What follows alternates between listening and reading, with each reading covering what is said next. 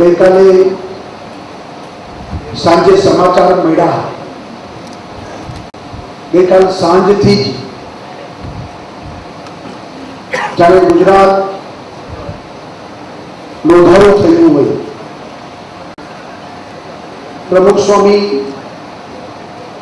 એમના સતત આશીર્વાદ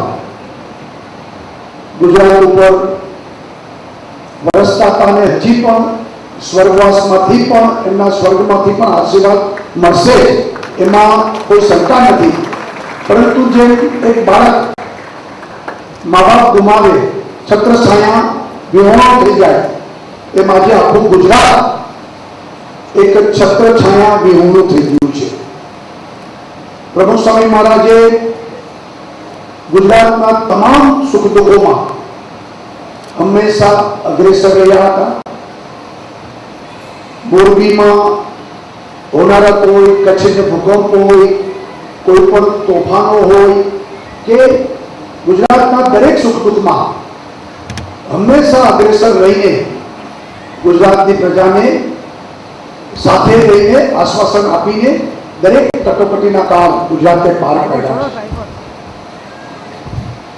મેં ગઈકાલે જ કીધું હતું કે સ્વામી વિવેકાનંદે શિકાગોની ધર્મસભામાં જ્યારે પહેલી વખત બધા ધર્મો વચ્ચે હિન્દુ ધર્મની વાત કરી હતી ને દુનિયા આખામાં હિન્દુ ધર્મને ઉજાગર કર્યો હતો, ત્યાર પછી પહેલા સંત એવા છે પ્રમુખ સ્વામી કે દુનિયાભરમાં સ્વામિનારાયણના મંદિરો બનાવીને સ્વામી વિવેકાનંદ પછી આખા દુનિયામાં હિન્દુ ધર્મના ધજાકા પતાકા એમને લહેરાવીને શ્રદ્ધા પણ છે કે સ્વર્ગમાંથી પણ એમના સતત આશીર્વાદ ગુજરાતને મળતા રહેશે।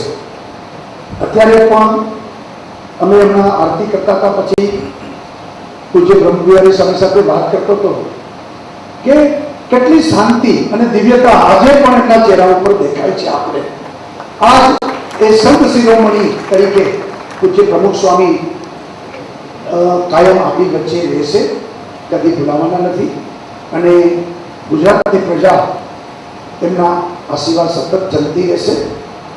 ખૂબ ગુજરાતની પ્રજાને દુઃખ થયું છે। પૂજ્ય પ્રમુખ સ્વામીના ચરણોમાં ફરી વખત મારા લાખ લાખ વંદન।